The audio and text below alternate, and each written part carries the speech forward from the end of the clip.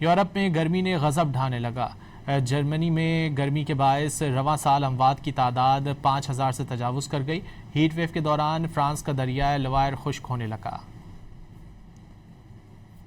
جرمنی نے رواں سال گرمی کے باعث اب تک 5000 سے زائد اموات کی تصدیق کر دی ہے۔ ان میں سے 4000 سے زائد افراد 75 سال یا اس سے زائد عمر کے تھے۔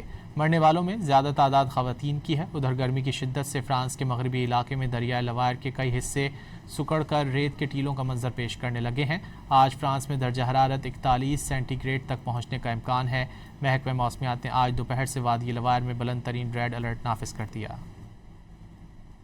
یورپ میں گرمی نے غضب ڈھانے لگا۔ جرمنی میں گرمی کے باعث رواں سال اموات کی تعداد 5000 سے تجاوز کر گئی۔